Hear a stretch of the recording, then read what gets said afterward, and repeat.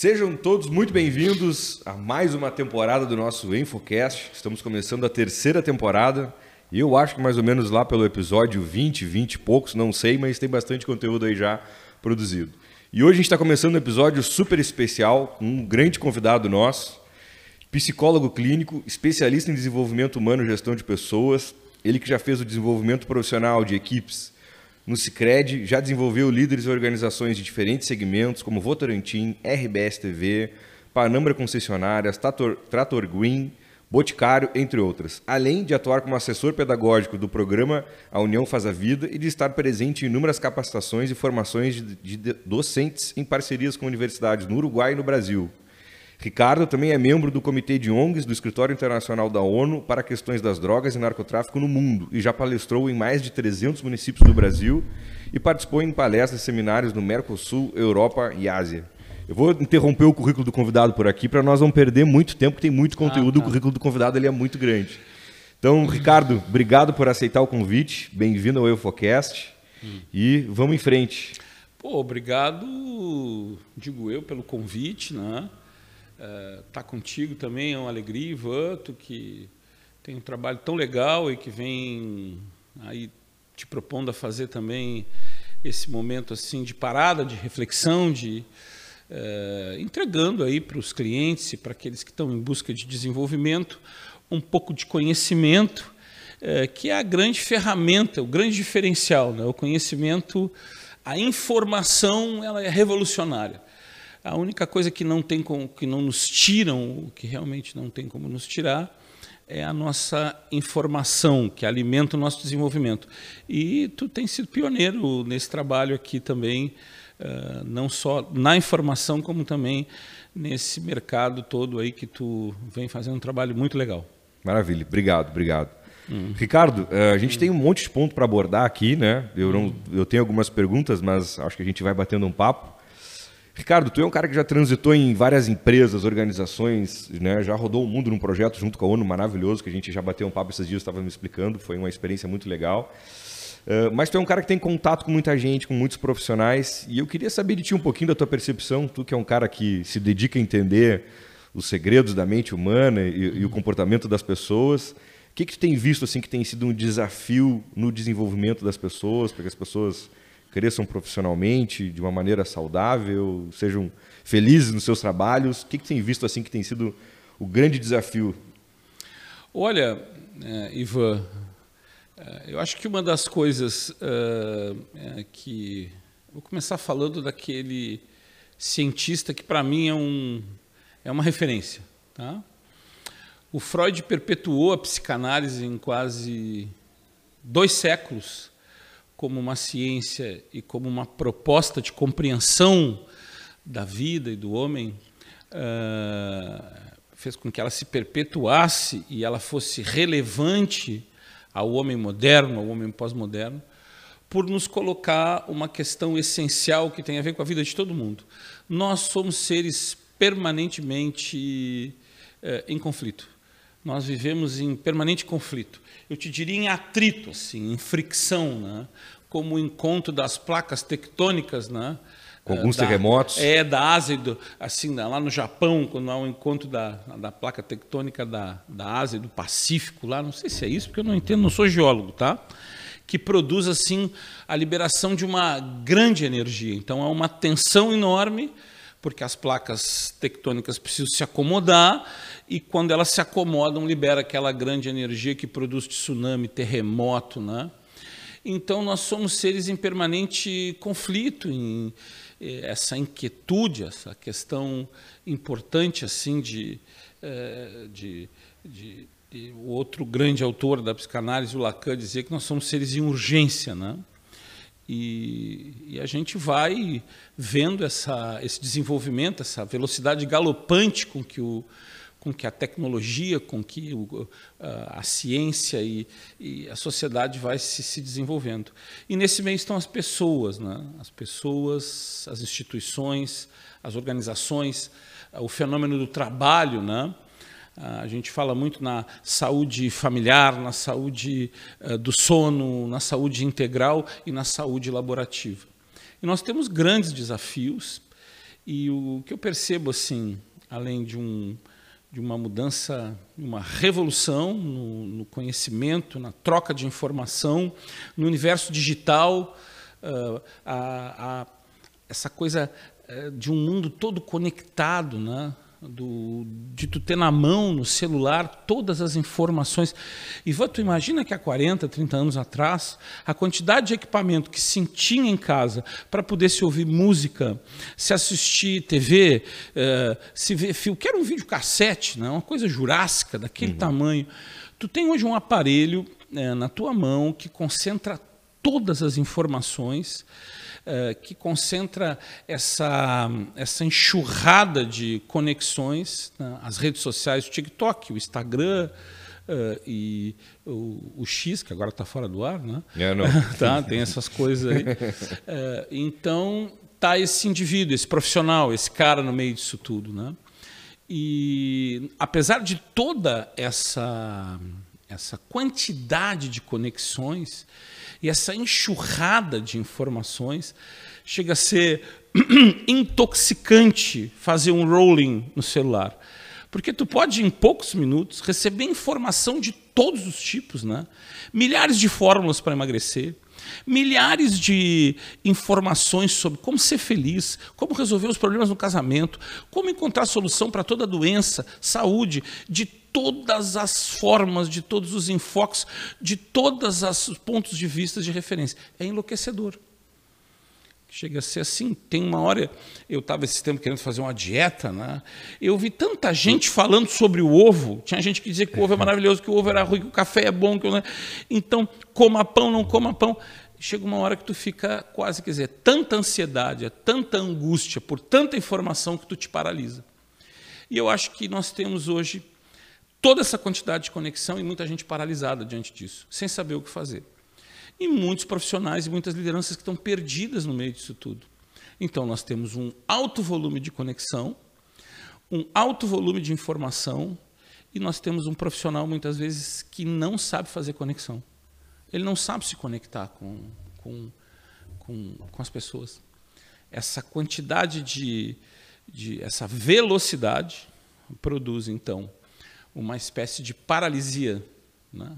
Uma imobilidade, uma angústia. Às vezes o cara tem muita informação, aí ele se coloca diante das coisas, diante das pessoas, e ele trava. Não obstante que tu sabe que as doenças psicológicas, as enfermidades psicológicas, os diagnósticos, eles têm muita relação com a cultura. Então, se tu pegar um século atrás, tu não imaginava as pessoas daquela sociedade menos digital, completamente não digital e nem analógica, com um transtorno de pânico. Tu imagina a nossa bisavó num fogão a lenha, com TDAH, na década de 30, ou indo fazer terapia. Não, eu acho que fazia já muito pouco, se faz muito mais hoje, né? Porque a demanda aumentou muito. Mas eu acho que muita coisa a coisa do transtorno de déficit de atenção, a angústia, o desespero, isso tem a ver com a velocidade e com essa imposição, né? Há um grande autor, o Byung-Chul Han, que fala ele tem um livro muito interessante, é um pocketbook, que fala que o título é A Sociedade do Cansaço, né? E essa positividade tóxica, que no meio de tudo isso, tu não tem uma necessidade de ser uma pessoa tranquila e ser uma pessoa feliz. Tu tem que mostrar que tu é. Tu tem que estar sempre feliz. Tu tem que sorrir e te impõe, de uma certa forma, que tu te venda como uma pessoa extremamente bem-sucedida e feliz. Diante de tudo isso, existe uma multidão de pessoas que não sabe organizar, sistematizar e direcionar esse conhecimento. Né? Uma grande, como eu te disse, a cultura de hoje é a cultura do estresse, é a cultura as pessoas estão embriagadas de informação, não estão conseguindo se organizar para sistematizar isso, ficam perdidas. E diante dos desafios, e diante dos negócios, diante dos produtos e dos serviços, muitas vezes paralisadas. Dificuldade de ouvir, uma grande dificuldade de ouvir, uma grande dificuldade de fazer uma leitura de contexto, né? De agregar valor aos seus produtos e de estabelecer aquilo que é o grande diferencial competitivo com os clientes, que é a conexão. Eu gostei muito do conceito de embriagado de informação. Porque às vezes eu me deito, pego o telefone. De repente eu estou hipnotizado assistindo minutos de vários reels e de informações, e aí eu estou sendo bombardeado, tu está entendendo? De vídeos que vão prometendo cura e salvação, até vendedores de todas as coisas, fórmulas mirabolantes, salvações e caminhos para tudo.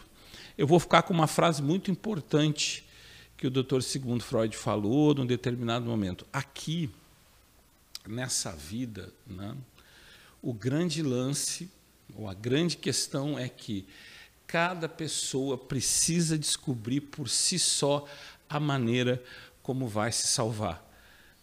Abre e fecha aspas. O que ele está querendo dizer com isso?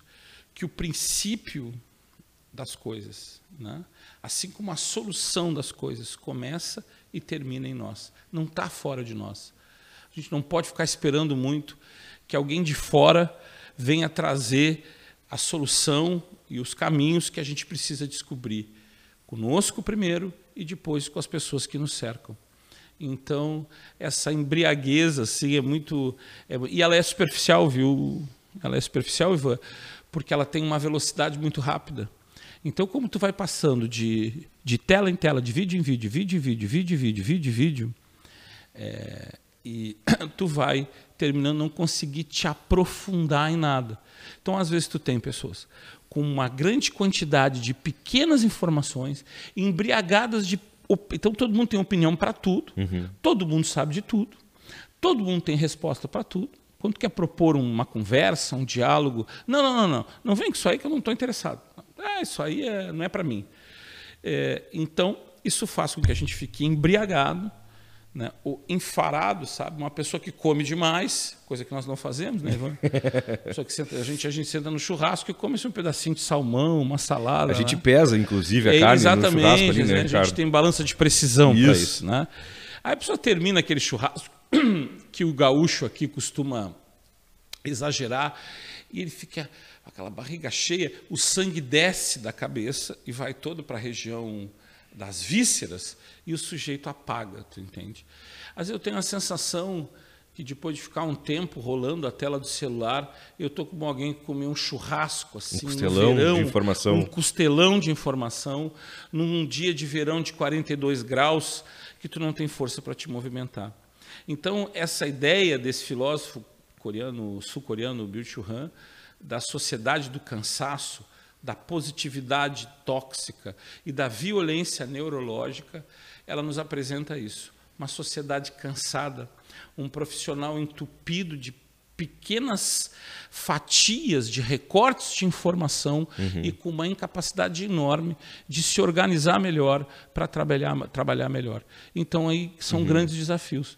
Formar líderes, formar profissionais, para trabalhar com vendas ou atender as organizações com uma capacidade de se dedicar melhor a uma determinada área do conhecimento, do saber, ou então de um produto, de um serviço, se capacitar para aquilo e conseguir fazer uma leitura de contexto melhor e, finalmente, fazer um desafio, fazer aquilo que é um grande desafio.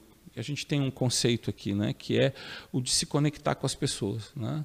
Eu acho que as empresas e as marcas que conseguirem agregar valor aos produtos que têm e conseguirem, então, ofertar, vender conexões, no sentido de que cada indivíduo ele é um universo e ele está sempre em busca de atender os seus desejos e de gratificar os seus desejos.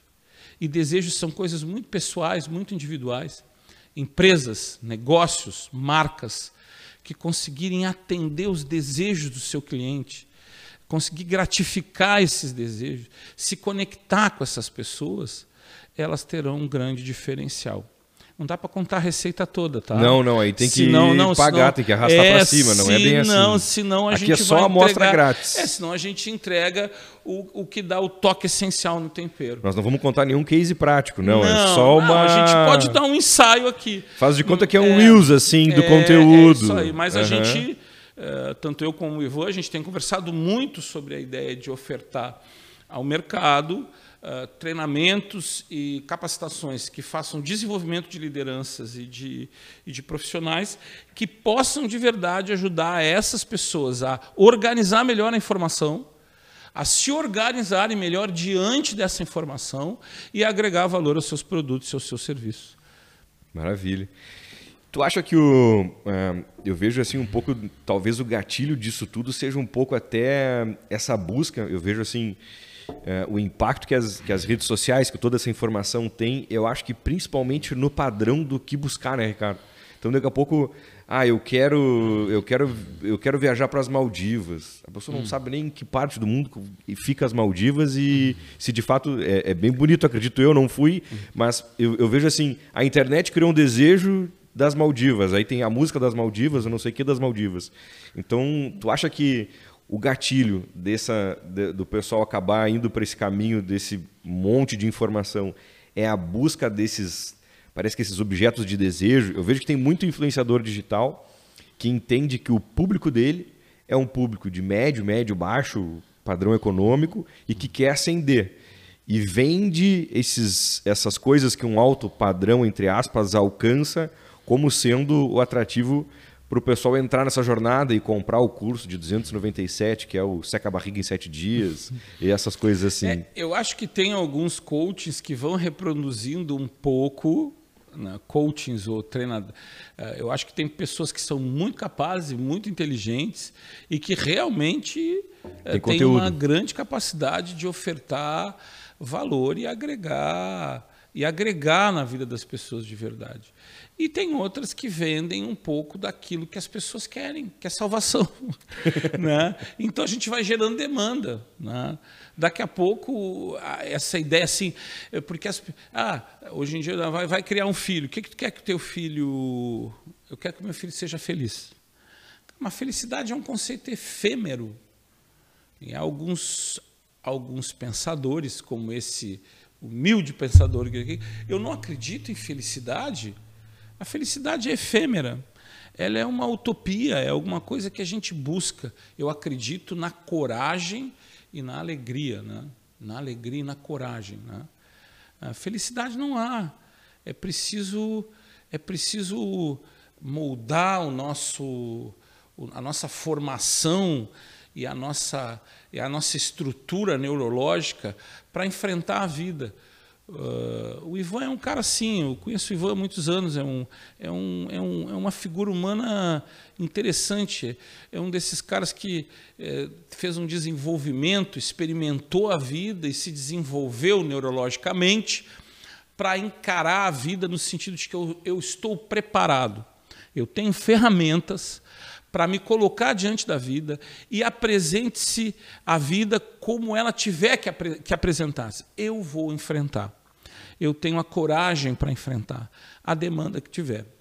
E essas personalidades que vão tendo força, que vão enfrentando força, que vão se superando, que vão aprendendo, que vão melhorando, criando uma elasticidade, eu costumo dizer uma zona de elástico, né? Elas são vitoriosas. Porque elas vão transformando a experiência em força e vão colocando a força diante da vida. E são pessoas que se queixam muito pouco, que lamentam muito pouco, que não têm tempo para reclamar e que vão em frente, né? Que vão em busca. E diante dos desafios elas vão lá, elas começam outra vez, não tem medo de começar. O Ivan é um cara assim, viu? Não é propaganda. Eu vi esse menino crescer aqui, né? Eu não tenho cabelos brancos, mas eu tenho algumas décadas de vida aqui.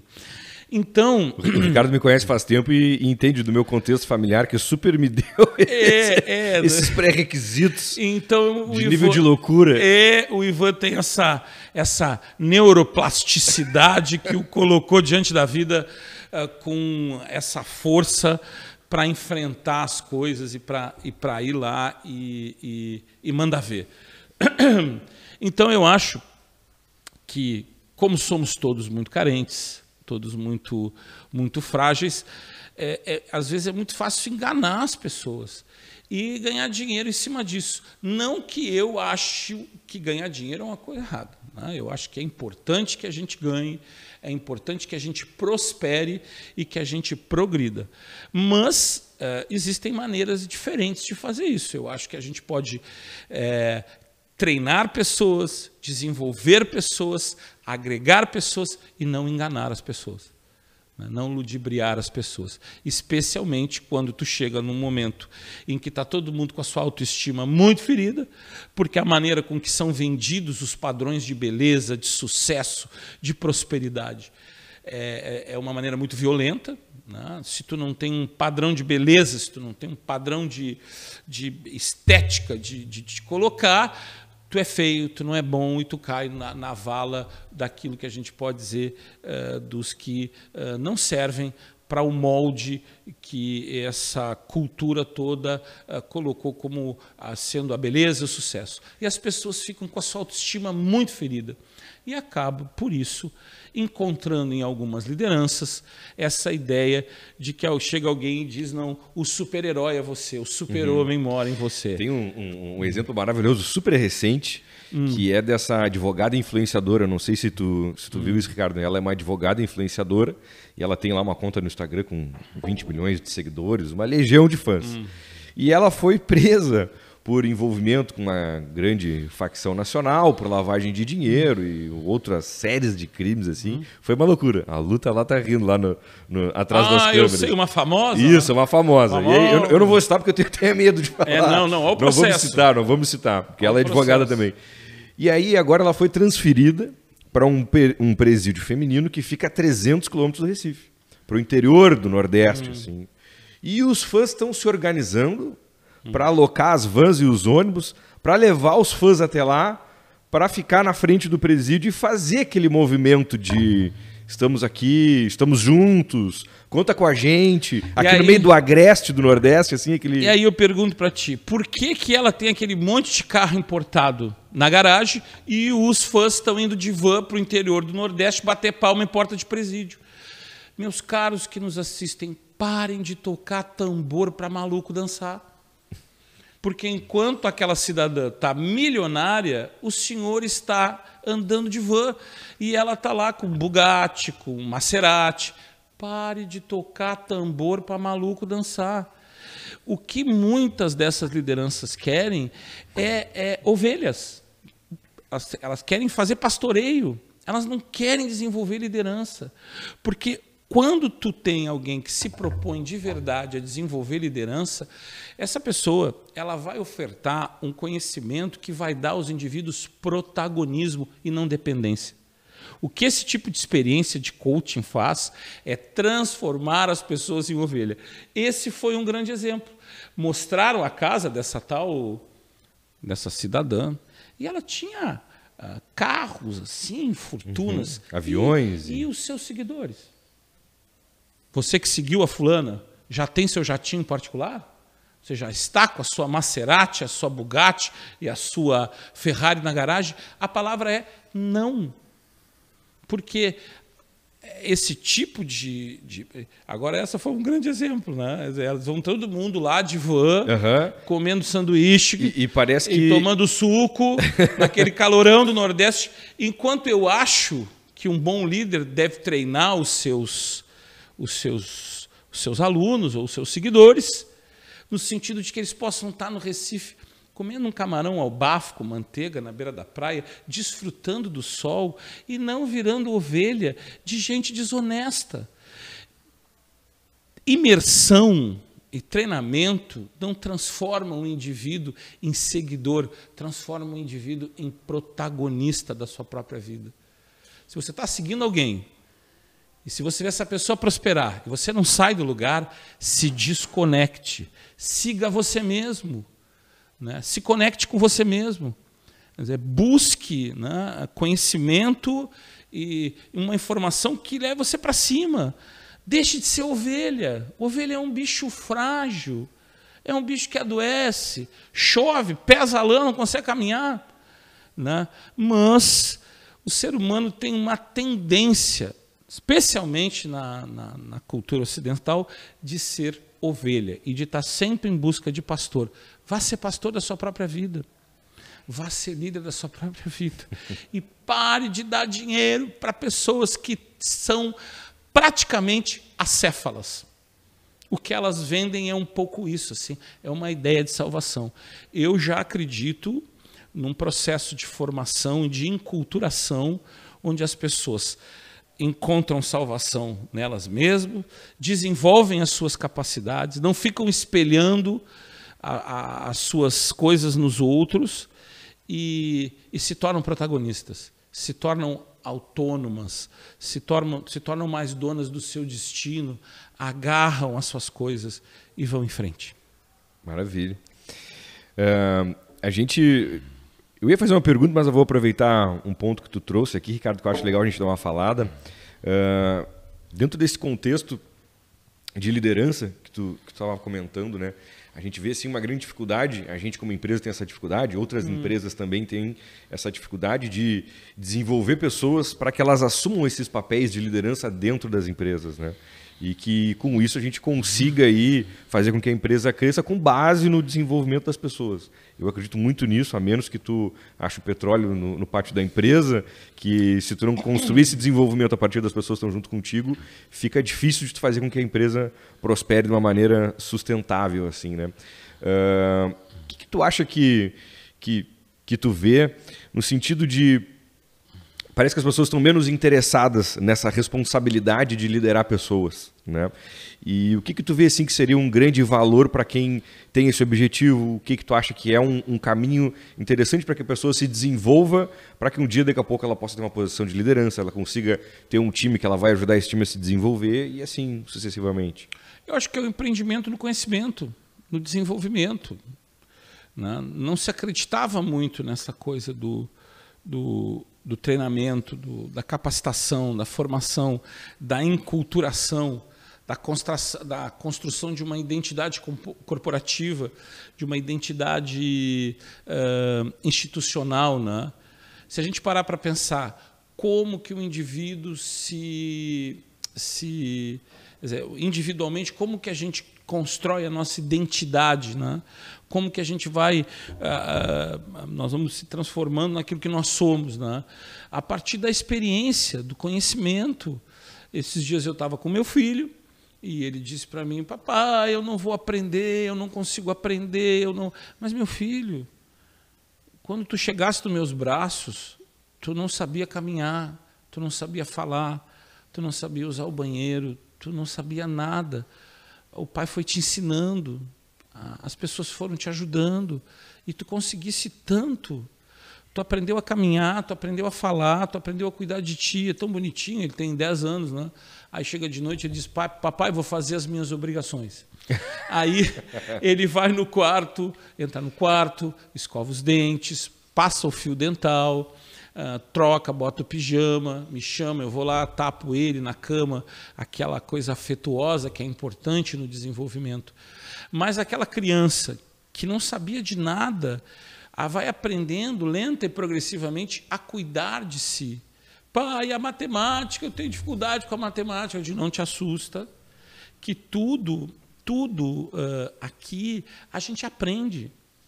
Né? E tem uma frase muito bonita do poeta, escritor Guimarães Rosa, naquela obra maravilhosa, né? Viva os poetas nortistas, né?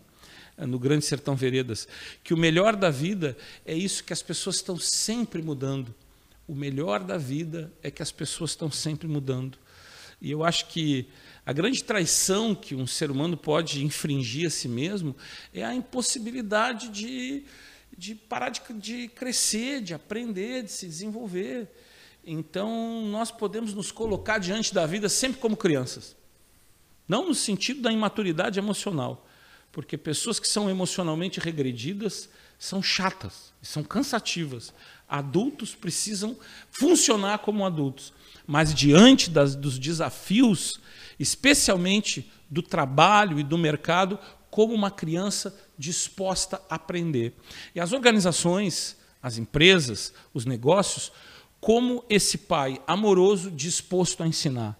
E o grande empreendimento é no conhecimento. Eu não tenho paciência com esse negócio de treinamento. Eu já contrato o cara tem que saber fazer as coisas. Então você compra um kit para o seu funcionário, que é o kit Mãe de Ná. Você contrata o funcionário, dá uma bola de cristal para ele. Você contrata a pessoa, quer que a pessoa saiba tudo, quer que ela funcione do jeito que você gostaria. Aí tem aquelas empresas que vivem demitindo as pessoas com alta rotatividade. Não treinam. Não treinam. E essa coisa de não criar vínculo, de ir demitindo, prejudica o ambiente institucional, prejudica a marca, você não fideliza seus clientes. Quer dizer, e o indivíduo me parece que vai viciado numa adrenalina, né, de estar sempre em busca do profissional perfeito. E vive meio que numa intoxicação institucional, assim, meio que viciado numa adrenalina. Contrata, demite, contrata, demite, contrata, demite. Parece uma brincadeira. Enquanto isso, você está perdendo dinheiro, você está passando uma imagem de imaturidade institucional e não está agregando valor ao seu trabalho. Então, o que o Ivan disse agora há pouco é que o desafio, primeiro, essa embriaguez de informação. O sujeito chega falando muito, achando que sabe muito, e tem que desintoxicar um pouco as pessoas e fazer desenvolvimentos que não criem legiões de fãs, porque eu imagino que esse pessoal que vai para o Nordeste bater palma na porta do presídio da tal advogada, esse pessoal tem tempo, hein? Tem. Ele tem tempo, tem dinheiro para bater palma para maluco. Tem gente aqui no estúdio aqui que está rindo quando eu disse não toque tambor para maluco dançar. Então, como a gente tem pouco tempo, porque a gente tem um monte de demanda, a gente tem que cuidar da nossa vida, cuidar dos nossos filhos, cuidar da nossa casa, né? Manter o corpo mais ou menos em saúde, legal, a saúde financeira.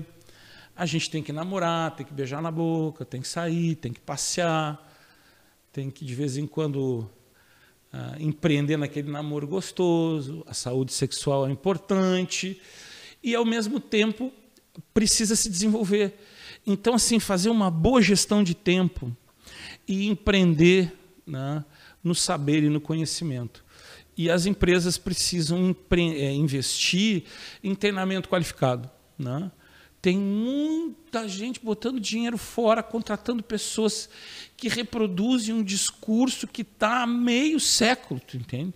Tem gente dando treinamento que parece que ainda estão lá na Revolução Industrial, tu entende? Ou treinamento de coisas que eles nunca fizeram, né? Não, exatamente, que é outra neurose, tu entende? De dizer, muitas vezes o indivíduo vem dar treinamento para agradar o dono da empresa, e o cara diz assim, como falaste as coisas bonitas, né? E as pessoas estão na plateia lá tontas e não entenderam nada, e não aprenderam nada. Então, treinamentos com grupos menores, em imersão, construídos primeiro, não com essa perspectiva, vou trazer um indivíduo que vai aqui fazer, entender-se, uma revolução. Esquece isso. Não. As histórias das revoluções na humanidade não deram muito certo. Não. Me parece que, se a gente olhar para a história, aí, há controvérsias. Então, traga pessoas que possam sentar com os gestores, fazer uma boa escuta e construir processos que estejam ligados aos desejos, primeiro, da empresa, possa fazer um bom entendimento ali de como funciona aquele grupo de trabalho e construir efetivamente um processo de desenvolvimento desses líderes que estejam associados à identidade corporativa, ao desejo daquele grupo de pessoas. Bom, eu tenho uma empresa, a minha empresa está no mercado, eu quero me reposicionar, eu quero melhorar a minha identidade e eu quero que esse time aqui possa compreender, absorver e vender isso para o meu cliente. E aí a gente precisa, então, enfim, ter capacidade de fazer uma boa seleção e trabalhar com esse time e desenvolver as pessoas. Fazendo o quê? Trocando informação e proporcionando experiência, né?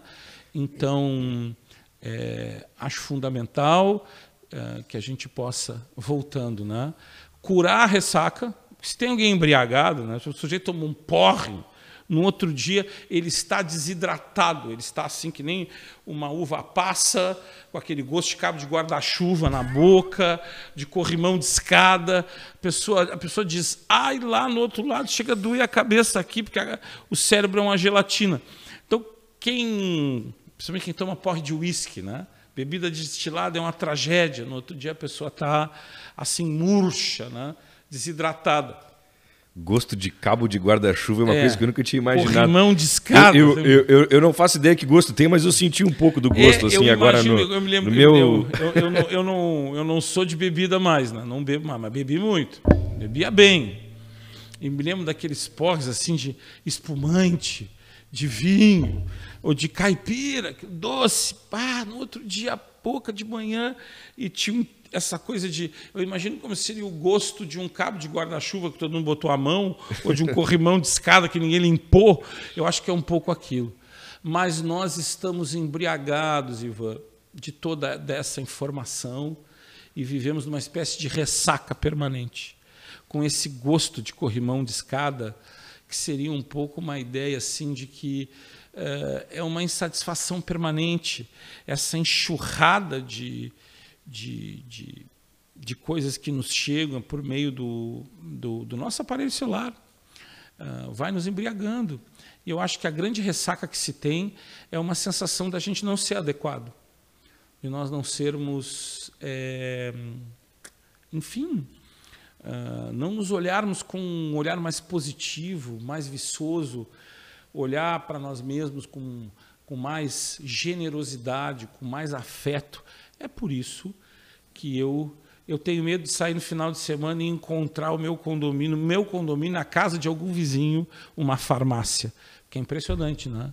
As farmácias se multiplicam como milagre, a multiplicação dos pães e dos peixes e das farmácias. Não vou falar a marca, mas aqui no estado do Rio Grande do Sul, abriu uma numa esquina, 20 dias depois abriu outra lá. E, de repente, tu sai para viajar no final de semana, ou tira férias e volta, e a casa do teu vizinho virou uma farmácia. Cuidado, hein? Pode ser que tu sai do teu prédio, assim, tu abre a porta do teu vizinho, tu entra, tá numa farmácia. Tá uma farmácia. Por quê, cara? Porque a gente, infelizmente, está ficando cada vez mais enfermo, né? Porque isso está nos adoecendo. E não nos adoece só no corpo, especialmente a nossa saúde mental. Então, eu acho que aqueles que estão nos ouvindo, os líderes, os gerentes, as empresas, né, se sacarem um pouco do que eu estou falando aqui e, quem sabe, desenvolverem ferramentas e, nesse sentido, elas vão ter aí uma grande possibilidade de agregar valor ao seu trabalho, agregar valor à sua marca, ao produto e desenvolver essencialmente saúde mental no ambiente de trabalho. Que é uma coisa que é quase lógica, né? Pessoas mais saudáveis trabalham melhor. E como diz o Leandro Carnal, né, gente feliz não enche o saco. Gente feliz não enche o saco, né? Porque as pessoas, como ficam alimentando coisas miúdas, problemas miúdos, reclamações miúdas, quão intoxicantes são os ambientes de trabalho, nós estamos aqui, a gente precisa dizer, nós estamos aqui comprometidos em sermos facilitadores. Eu digo para vocês, as pessoas estão comprometidas em ser complicadoras. Para cada grande situação, 10 problemas. Né? Não, mas é difícil, tudo é difícil, tudo é difícil. Bom, né? Se alguém disse para você que viver é fácil, mentiram. Viver é uma dureza, mas está bem. Qual o sentido da vida? O sentido da vida não está fora de nós. Não está no céu, não está em nenhum lugar do universo. O sentido da vida consiste em poder Cumprir o ofício de viver. Assim como na natureza, todas as espécies cumprem efetivamente a sua função genética, nascem, crescem, se desenvolvem, entregam a sua energia ao meio, ao ecossistema, cumprem o seu papel, se multiplicam, se reproduzem dentro de uma cadeia toda quase perfeita, né? No meio disso tudo tem o homem, o bicho-homem, né? Que também precisa cumprir a sua função. E o sentido da vida é o ofício, é cumprir o ofício de viver. E tentando, nessa trajetória, do nascimento até o fim da nossa vida, viver e viver da melhor forma. Maravilha. Tu falou uma coisa interessante que eu me lembrei de um papo que eu tive esses dias com um amigo. E a gente estava falando justamente sobre essas dificuldades e tal, do dia a dia, né? E a gente estava fazendo uma reflexão meio engraçada que era o seguinte. Eu dizia assim, bom, tu imagina como é que eram os nossos ancestrais. Tu já viu eles ali numa pintura rupestre, dentro de uma caverna, fazendo um churrasco de ovelha, um costelão, desembalando uma maminha a vácuo? Não. Eles tinham que sair, o alimento era um mamute, era um bisão, era um não sei o quê. Então, a vida ela é difícil desde sempre. As dificuldades elas mudaram, mas tu imagina. Então, mais ou menos isso. Acho que hoje em dia, às vezes, a gente tem que sair para matar um mamute, e faz parte, porque senão a gente não come, não se alimenta, as coisas não vão para frente. É isso aí. Então, a vida ela vai mudando, mas a gente segue caçando mamutes e bisões. Nós continuamos, nós ainda somos esses animais, hoje nessa selva de pedra. Eu e o Ivan, antes de começar o nosso podcast, falava um pouco de alguns dos surtos arquitetônicos da nossa modernidade. Então, eu fui visitar um condomínio na cidade onde eu moro e onde eu tenho amigos queridos, e me assustou porque todas as casas estavam pintadas de cinza. Dentro das casas, todas elas eram cinza. E eu digo, mas o que é que está acontecendo? Aí tinha uma casa que se salvava, né? Que era terracota. Aquilo era quase um oásis no meio do deserto, um pouco de cor, né? Eu disse, olha que casa bonita. Aí o casal que estava comigo disse assim, não, mas a gente odeia essa casa, essa cor, a gente não gosta. Está fora do padrão, né? Então o pessoal não gosta do que está fora do padrão. Mas eu acho que as coisas estão cinzas demais, padronizadas demais, todas muito iguais. E é engraçado que até o desenho da arquitetura, da engenharia, a linha é toda muito parecida. As caixas, né? As caixas, parece caixa de fósforo empilhada, Fiat Lux empilhada. Uma para frente, uma para trás, uma para Fiat Lux, pelo menos, ela era vermelho com amarelo. Né? Não, ela tinha uma gracinha. Que me desculpem os arquitetos maravilhosos que fazem grandes projetos, mas eu ando meio desconfiado dos surtos arquitetônicos. Mas o que eu quero dizer com isso? Quando o Ivo diz que nós ainda estamos saindo das nossas cavernas, em busca da caça, em busca do alimento, da nossa subsistência, tentando cumprir a tarefa de sobreviver e de viver nessa selva de pedra que está muito cinza, é importante que a gente possa colorir um pouco isso, né? Colorir, dialogar mais, parar para pensar, tomar cuidado com um pouco o que o Ivo falou anteriormente, né? O sujeito vai criando bom, agora a moda é ir para Maldivas, né? Então, para ser feliz, eu preciso ir para as Maldivas. Não precisa postar. Preciso postar. Não preciso ir. O importante é ir, tirar o selfie e postar. Uhum. Às vezes o sujeito está num lugar, um calor horroroso, um monte de muriçoca, uma cor horrorosa. Aí quando vai tirar uma foto, tira. O importante é mostrar que você é feliz. Cara, ser feliz, que eu já disse para vocês que eu não acredito, porque isso é efêmero, mas se sentir bem, não tem estação, não tem tempo, não tem hora, não tem lugar. Se sentir bem é agora. Se sentir bem é onde você está, se sentir bem é aí na casa de vocês, é aí no trabalho de vocês, é aí nesse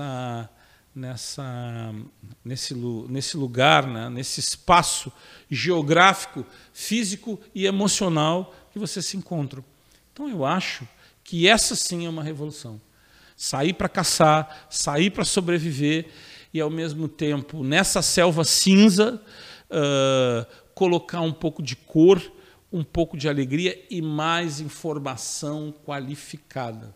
Não acredite em tudo que você está lendo e, por favor, né, tome cuidado, né, em estar seguindo essas pessoas assim. Eu acho a prosperidade fantástica. Acho que a gente tem que ter, a gente tem que ir atrás dos nossos sonhos. A gente tem que ter uma casa que a gente quer, a gente tem que atender os nossos desejos. Mas se a gente olha demais para a garagem do líder ou do coaching, lotada de coisas, e a nossa está vazia, alguma coisa está errada, né? Nesse cara que está dizendo e apontando caminho para mim. Porque eu preciso empreender energia nas minhas coisas, no meu trabalho, no meu espaço, a fim de que também eu possa ter, não o supercarro, mas aquele carro que eu desejo, confortável, aquela casa gostosa, onde eu possa me sentir bem, onde eu possa aquecer, né, as pessoas que eu amo, as pessoas que eu gosto, a fim de que eu viva a minha caçada pelo meu mamute, pelo meu alimento, né, de uma forma mais feliz, mais generosa, mais fraterna, mais humana. Maravilha.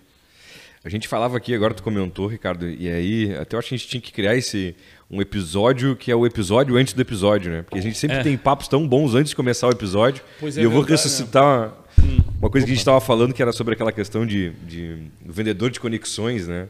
Isso. E a gente falava sobre aquele vídeo maravilhoso do Porta dos Fundos, onde o pessoal dava uma consultoria pro Caetano, sugerindo para ele um posicionamento um pouco diferente no TikTok, algumas coisas absurdas assim, né? Aqueles caras são muito divertidos, né? E então o Caetano Veloso chegava com o disco dele, né? E se sentava com dois consultores. Da gravadora, alguma coisa assim, né? Eram duas pessoas responsáveis pelo marketing digital ou pela venda da imagem do indivíduo. E aí pegavam o disco do Caetano, que goste você ou não dele, é um artista bastante respeitado no Brasil e fora do Brasil, né, com as suas posições ideológicas. Hoje em dia a gente tem muita dificuldade, né? De separar isso também, né? Não, eu acho que é de respeitar a opinião do outro, né? A gente tem uma tendência a querer colonizar as pessoas, né? Então, se o sujeito não pensa como eu, então ele não é bem-vindo. Não é da minha tribo. Não é da minha tribo e eu já não quero conversa com ele. Então, independente da posição ideológica, uma pessoa pode ter uma posição mais conservadora, mais progressista, pode não ter posição nenhuma, pode ser. Quer dizer, o importante é que a gente dê o direito às pessoas delas serem elas mesmas. Acho que foi a Clarice Lispector que escreveu, né? Olha, escuta uma coisa, eu te deixo ser, deixe-me ser então. Eu mesmo tive que aprender a me respeitar. Me respeite. A gente vai viver melhor. Faz o seguinte, eu te deixo ser, deixe-me ser então. Acho que nós viveríamos bem melhor se nós conseguíssemos nos preocupar mais com as nossas coisas do que com as escolhas dos outros. Mas estava lá o seu Caetano, sentado com os produtores do disco, e os caras começaram a dar uma dica. Eles queriam botar o Caetano no Big Brother, eles queriam cortar as canções do Caetano, queriam chamar, acho que a GK, pode ser GK? GK? Como é que é o nome daquela... GK, eu sou ótimo, né? GK, sei lá, é uma dessas influências para trabalhar o disco do Caetano. Eu sei que eles disseram uma quantidade... As músicas estavam muito longas, muito longas. Que as músicas estavam longas, que as músicas tinham que ter 30 segundos. Eu acho 40. Que eles falam, o Naldo lançou a música agora de 1 minuto e meio, então tem que ser mais objetivo. E o Caetano e a esposa ali sentados foram entrando em choque. Claro que aquilo era uma brincadeira, porque um dos era o Gregório Duvier e era um outro do Porta dos Fundos, que inclusive é afilhado do Caetano, né? E eles estavam os dois, então, apavorados, né? Mas qual é a importância desse sketch de humor? É o profissional que se coloca diante do seu cliente e que não consegue fazer a leitura do que aquele cliente é daquele cliente traz como demanda e qual é o senso estético, né? Ou então a ideia da identidade daquela figura. Tu imagina tu dizer que o Caetano, para promover um disco, precisa ir para o Big Brother. Acho que aquilo... Então, o tipo de coisa, você contrata um profissional, você diz, olha, eu gostaria que a minha casa tivesse essa cor, tivesse esse padrão de mobília, eu gostaria de um piso que fosse mais rústico. Eu quero uma casa mais rústica. Aí vai lá, o indivíduo desenha a casa, ele vai lá e traz uma casa absolutamente inversa ao desejo do seu cliente. E, na realidade, isso é um pouco de uma tentativa também de colonizar o nosso cliente e não ofertar para o cliente um produto que esteja de acordo com aquilo que ele deseja. Eu acho que é uma grande dificuldade. Aí mas eu te pedi madeira e tu me trouxe pedra. Eu te pedi piso quente, tu botou piso frio. Eu quero essa cor e tu colocou outra. Ah, mas é muito mais bonito assim. Não, mas tu não entendeu ainda. Eu estou pagando o projeto. É a minha casa, sou eu que vou morar aí, não é tu com a tua família. Então o indivíduo não escuta, ele não compreende e ele não faz o que a gente disse no início do nosso encontro, que é uma proposta que a gente quer desenvolver em forma de treinamento, que é a capacidade de vender conexão. Então, os vendedores de conexão são aqueles que vão ofertar produtos e serviços que estejam alinhados com o desejo dos seus clientes. Nós temos aqui, não importa qual o mercado, não importa qual o produto. Exemplo do mercado imobiliário. Nós temos um perfil de cliente que daqui a pouco é aquele que quer realizar o seu sonho, que tem na sociedade ocidental a casa e o carro representam dois símbolos importantíssimos de status, poder e liberdade. O homem, desde que é homem, tu falava disso, precisa de uma caverna. E a casa, o apartamento, a casa própria é essa caverna. Então, quem trabalha com o mercado imobiliário está entregando um produto que tem um valor para aquela pessoa. E existe o indivíduo que é o investidor, que está comprando imóvel para poder investir o seu dinheiro. Tem gente que acha que é seguro, que é um mercado seguro, e é mesmo, né? Uhum. Lógico, tu pode ter o teu dinheiro aplicado, mas disponível para ti, e uma parte dele imobilizado no mercado imobiliário. Então, tu tem que estar atento para saber que perfil tem esse cliente que vai te buscar, qual é o estoque de imóveis que tu tem ali para ofertar e que perfil de imóveis tu tem, que público tu vai atingir e quem está em busca de investimento, quem está em busca do seu sonho, da sua caverna, né? E aí, dentro desse arco reflexo, que vai desde o desejo do cliente aos produtos que eu tenho para oferecer, tu tem muita coisa para agregar valor e para qualificar o serviço que tu vai prestar. E aí tu não vai ser esse profissional surdo-mudo que se coloca diante do seu cliente, querendo vender para ele o narcisista é esse um pouco, né? É o cara que vai lá falar com o outro, levando para o outro as coisas dele. Então o sujeito chega lá, ele não vai ofertar o produto que o indivíduo deseja, ele vai ofertar o produto que ele deseja, né? Então esse é o narciso, né? Que acha feio o que não é espelho, porque em tudo só enxerga ele mesmo. E como a gente está cada vez mais estimulado a olhar para o próprio umbigo, as pessoas daqui a pouco não escutam. Digo, não, mas eu pedi isso, como é que tu me entregou aquilo? Mas é que eu acho que aquilo é melhor para ti. Aí começa aquela discussão. Mas é que agora está todo mundo fazendo assim. Não, mas quem é que disse para ti que isso aí é o que eu desejo? Não, mas é o que todo mundo está fazendo. Mas e lá, eu sou todo mundo? E aí a pessoa já se sente desrespeitada. Perdesses o teu cliente. Né? Então, lá vem a nossa produtora ali, dizendo que faltam 5 minutos e eu e o Ivan aqui nesse papo espetacular, querendo conversar mais uma hora. 50 minutos. Né? Que coisa séria, né? Esse pessoal aí não é fácil. Maravilha, que legal. E eu acho que uma das coisas que está diretamente ligado a isso também, né, Ricardo? Eu acho que essa capacidade de escuta, né? Essa escutativa também, eu acho, dos profissionais é uma coisa que... Eu não sei se é ansiedade ou se é a vontade de vamos para o próximo e vamos ver o que vai vir pela frente. E uma desconexão um pouco com esse agora, com esse cliente, Eu né? acho que às vezes tem aquele profissional que ele está começando. Ele tem um ardor, ele tem aquela motivação, aquela chama, entende? E aí tu vai modulando ele.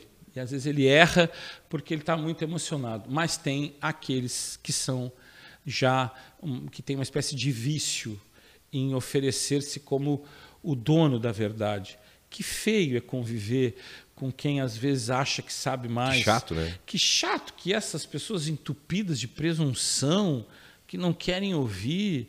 Mas olha, parem de gastar dinheiro com vinho caro, vão se tratar, vão buscar um tratamento, vão fazer uma psicoterapia, vão olhar melhor para si mesmo, invistam um pouco e desconstruir, porque tem muito vício.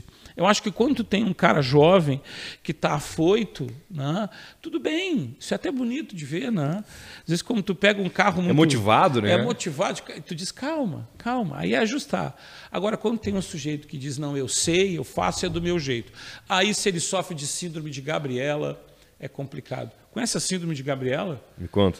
A Gabriela é aquela novela bonita da TV Globo, né, que fez grande sucesso lá, para quem tem já a faixa que eu tenho de idade, que eu não vou dizer qual é, porque eu não tenho cabelo branco, eu tenho que aproveitar esta vantagem. Mas é aquela música bonita da obra do Jorge Amado, que a Gal Costa cantou. A música dizia assim: eu nasci assim, eu morri assim, eu vou ser sempre assim, eu sou Gabriela. Então tem muita gente que sofre de síndrome de Gabriela. Nasceu assim, viveu assim e vai morrer assim. Difícil prosperar no mercado tão competitivo se tu... porque se o copo está cheio, não dá para botar água num copo cheio. E água parada estraga, perde o oxigênio, vai oxidando. Já deixou um copo de água num canto do seu pátio e foi pegar ele 2, 3 meses depois, a água turvou, ela oxidou, o oxigênio foi embora. Esvazia o copo e deixa encher de novo. Não deu certo, começa outra vez. Não foi por aqui, encontra um caminho. Não é essa circunstância, cria outra. Não dá tempo. Não dá tempo para ficar sentando e reclamando. Aí tu vai para uma reunião, fracassamos. Aí o fracasso faz parte do processo de desenvolvimento, cara. Tudo certo, né? Tá tudo bem, mas a gente se senta para a reunião de avaliação. Vamos avaliar. Não, tu vê, mas é que é o tempo, né? Fez muita chuva, muita umidade no meio. Não, foi o fulano, foi o Beltrano. Eu tenho impressão que a cultura judaico-cristã nos impregnou de alguns valores muito interessantes e de outros nem tanto, porque a gente está todo o tempo buscando um culpado para tudo, cara. Que não seja nós mesmos, né? Nunca. Mas o culpado é sempre o outro, Ivan. Tem uma frase muito boa de um pensador contemporâneo que se chama Homer Simpson. Fantástico. E ele diz assim... Aliás, eu não sei se é só um pensador, quem desenvolveu o desenho do Simpson é quase um profeta. É um profeta. Tem coisas ali que, não sei, são inexplicáveis. E o Homer Simpson tem uma frase maravilhosa que diz assim, né? Olha, a culpa é minha e eu boto quem eu quiser. Então, assim, não fui eu, entendeu? Muito bem, é isso aí. A culpa é de todo mundo, menos minha. Não perca a culpa, né, do ponto de vista psicanalítico, né?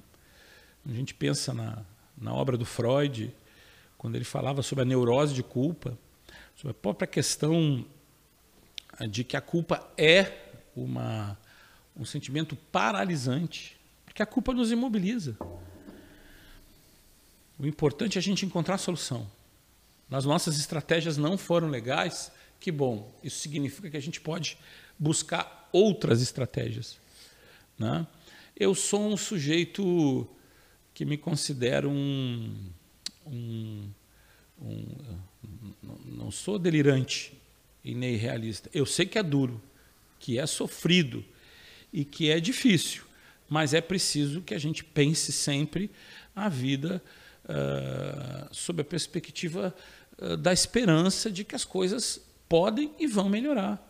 Porque a esperança é uma coisa que nos coloca numa posição de espera, né? Ela tem um componente interessante. A gente se coloca esperançoso porque a gente espera sempre. E espera, penso eu, que as coisas possam serem melhores. E eu tenho certeza de que quando as pessoas se juntam de uma forma generosa em torno de projetos que são qualificados, que são fundamentados, as coisas tendem a dar certo. Eu acredito nisso. Eu tenho trabalhado há quase 30 anos com pessoas, desenvolvendo pessoas, ouvindo pessoas, trabalhando, lidando com o sofrimento humano, e no silêncio do meu consultório, ou então nos diferentes grupos humanos que eu andei pelo mundo todo, eu sempre encontrei experiências humanas profundamente sofridas, doloridas, mas também vi sempre a possibilidade que o homem tem de se reinventar, de começar tudo outra vez e de ir em busca e de ir ao encontro dos seus desejos, daquilo que sinceramente eles desejam.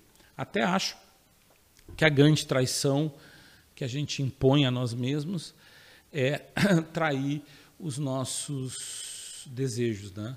Atender os nossos desejos e os desejos das instituições, das organizações, das empresas, ofertar às pessoas produtos qualificados, dividir com as pessoas um conhecimento que seja qualificado, que não seja fútil, banal, que concentre todas as coisas numa prosperidade que vai de ponto nenhum a lugar nenhum, né? Ou que fique produzindo essas aberrações da internet, né?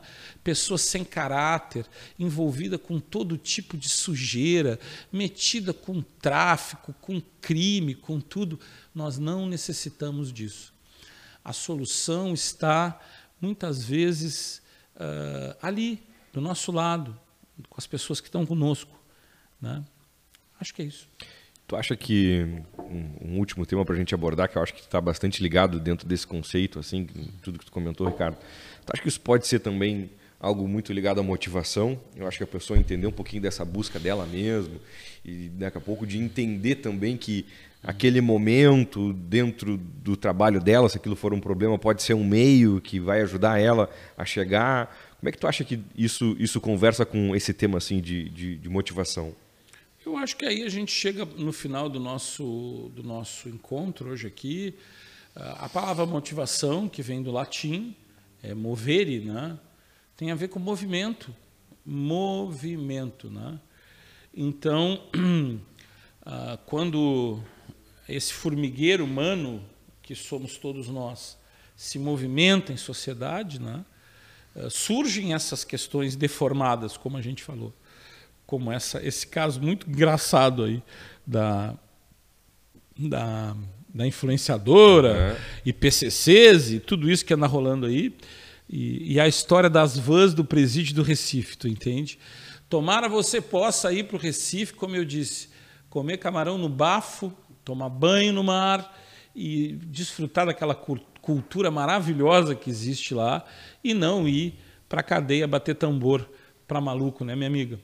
Então, a motivação tem a ver com a necessidade que nós precisamos desenvolver, de nos colocar em movimento. As pessoas que progridem são aquelas que se levantam e que vão em busca das coisas que desejam, que vão em busca de atender os seus desejos. Então, motivação tem a ver com movimento, movimentar-se em busca do saber, do conhecimento, da qualificação, da melhoria da sua marca, dos seus produtos e, essencialmente, da sua vida. Motivação é tudo, né? Há pessoas que têm uma motivação para o comportamento problema. Vou usar um termo muito, muito comum na teoria cognitivo-comportamental. A motivação para o comportamento problema. E há pessoas que têm um talento para se motivar para o comportamento de solução, para o comportamento positivo, para a tentativa de melhor viver. Isso não é positividade tóxica, né? que é um pouco parecido com esse tipo de cirurgia estética que estica tanto as pessoas, que as pessoas ficam com tanto botox e com tanta mexida no rosto que a pessoa vem vindo de esquerda, de direita, de lado, de frente, é a mesma coisa. Se é uma morreu, obra do Picasso, tu não sabe se está de frente ou se está... A pessoa está tão dura do botox e da puxada que ela levou, que se tu não sabe se ela está feliz, se ela está triste, ela está sempre do mesmo jeito. É um antidepressivo que se aplica pelo bisturi, tu entende? Porque a pessoa não vai chorar, não vai rir, porque ela está dura. E bota aquela maquiagem permanente, tu entende? Uhum. Então não existe mais a pessoa natural.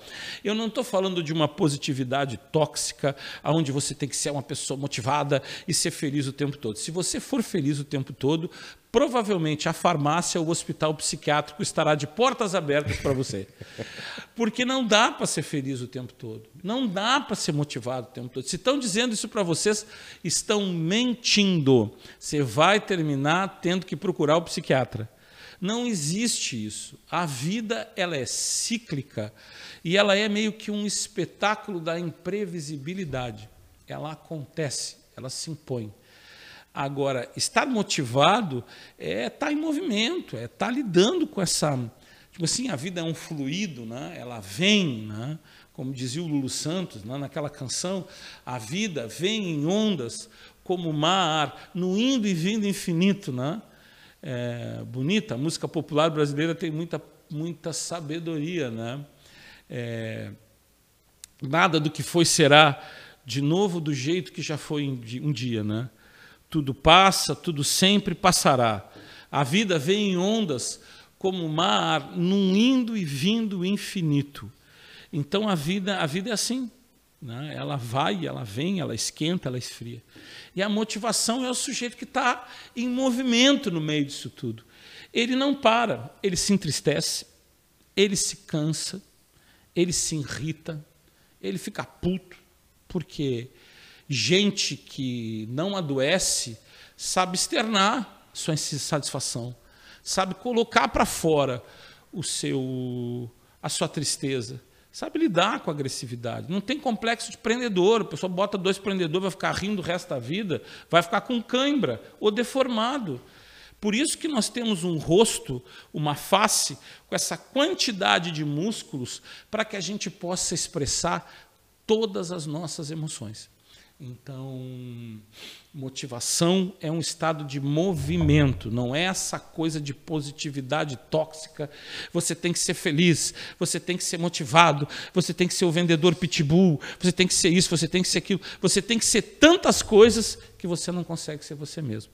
E o que existe de melhor em cada um de nós é aquilo que nós essencialmente somos.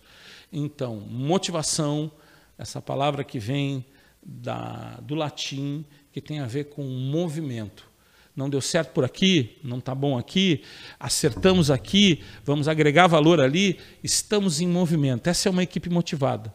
Os caras lá embaixo hoje eles estão muito de cara, porque eles não bateram meta.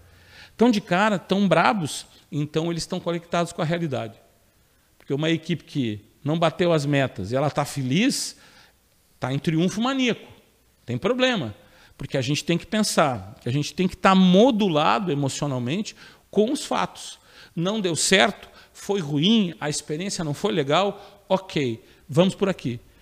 Mas a gente não perde a motivação. Não porque a gente está feliz, as coisas simplórias. Não, porque a gente está em movimento. Uau! A gente vai ter que acabar, infelizmente. Pois então. Eu tenho aqui mais 18 perguntas, eu vou deixar para uma... Isso é bom, porque aí eu volto. Vou deixar para uma próxima. Nesse estúdio aqui, é um estúdio espetacular aqui, gostei, né? A gente vai trazer o Ricardo mais vezes, então, não tem problema. Ricardo, muitíssimo obrigado por estar com a gente aqui. Eu acho que foi... Bom, quem tem conteúdo, tem conteúdo. Então, a gente nem vê o tempo passar. Na realidade, o tempo ele até acaba nos atrapalhando, nos incomodando aqui, mas... Foi muito legal, foi uma conversa maravilhosa por mim, a gente esticava ela e ia longe. Queria te agradecer pelo convite, por estar com a gente aqui, por topar essa ideia, essa parceria aqui conosco. Te agradecer muito por estar aqui com a gente. E em breve a gente vai estar lançando coisas e vamos estar inventando outros conteúdos aí. Então, obrigado, queria abrir para a tua consideração final para a gente encerrar por hoje. Não, eu que agradeço, estou muito feliz de estar aqui, foi uma conversa muito legal, né? Eu te confesso que termino um pouco emocionado, porque, enfim, que coisa feia terminar um programa assim. A gente fica velho e chorão. Mas lembrei de uma cena tua, Ivan, muito jovem, muito novo, caminhando na Voluntários da Pátria, onde morava teu falecido pai, que era uma figura muito interessante, assim, e te ver, assim, tu e a tua mulher, nessa parceria que vocês têm de trabalho, de família, essa figura reta, competente que tu é, e lembrando do teu pai, né? Porque as pessoas nos dão, em termos de formação e de criação, às vezes não nos dão o que a gente idealizou que a gente gostaria de receber, mas nos dão o melhor, né? Nos ensinam valores, nos impregnam de uma alegria, e uma coisa que o teu pai tinha, que era um jeito muito peculiar de ser, e sempre assim uma maneira de se comunicar e de falar, que é possível de ver em ti, é possível de ver nos teus irmãos, né? Mas eu fico muito feliz que aquele menino, né, com aquele sapato gasto de caminhar pela cidade, né, se tornou esse homem, esse pai de família, essa esposa, esse profissional que tu é. Então, fico comovido. Me lembro do teu pai procurando meu consultório atrapalhado com os filhos, dizendo: Ricardo, por favor, eu vim aqui para tu me dar aquela palestrinha, tu entende? Então, feliz fico eu de estar contigo hoje aqui, discutindo coisas tão profundas, tão sérias, de alta complexidade, né? Relacionadas ao desenvolvimento, à psique humana, aos questionamentos profundos, né? Como eu disse no início, né? O Freud nos colocou que o ser humano é um ser permanentemente em conflito, em fricção, em tensão com a própria vida e com a própria existência. Cá estamos nós, né, fazendo isso. Então, dedicar um pouco desse nosso encontro à memória dos nossos familiares tão queridos, especialmente aquela figura, né, que se comunicava tão bem, né, e falava, uma vez ele dizia para mim assim, mas que verbosidade, ele dizia para mim, porque eu já era muito jovem e já me comunicava assim, que acho que é um dom, é um talento, é uma coisa que eu tenho e que eu quero colocar sempre a serviço das pessoas. Agradeço demais o convite, faz tempo que a gente está nesse namoro aí de fazer essa parceria, e eu acho que esse encontro ele vai selando o caminho aí desse nosso projeto dos vendedores de conexão. Eu vou ter que respirar para encerrar, então. Nós queria te agradecer demais mesmo. O Ricardo sempre foi um cara super próximo da minha família e acompanhou, né, o backstage dessa jornada até chegar aqui. E fica o meu agradecimento, não vou me esticar muito mesmo, porque senão a gente vai se emocionar aqui já, lembrando do meu pai. E ele tinha várias frases maravilhosas, umas tiradas assim.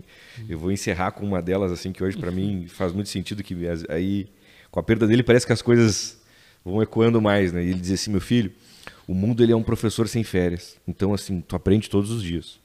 Que lindo, hein? E é profundo. Um professor sem férias. O mundo, né? É professor sem férias. Então, tu aproveita e aprende todos os dias. Então, ele me dizia muito isso. Obrigado. Para quem quer acompanhar o Infocast, siga nossas redes sociais, através do YouTube, do LinkedIn, do Instagram, de tudo mais. Esse episódio, quem quiser acompanhar, se inscreve aqui no nosso canal no YouTube. Quem quiser encontrar o Ricardo nas redes sociais, faz como? Pode me encontrar no Insta, que é Ricardo Valente _Psi. Pode me encontrar no Face também, Ricardo Valente de Souza. E muito em breve no TikTok, que eu ainda... Quer dizer, está pronto, está lá. A gente está preparando com a equipe aí um lançamento de uma série de coisas. Vou deixar aqui também o meu WhatsApp, 53999133056. Me procurem, vamos trabalhar. Né? Maravilha. Obrigado, até a próxima. Tchau. Feito.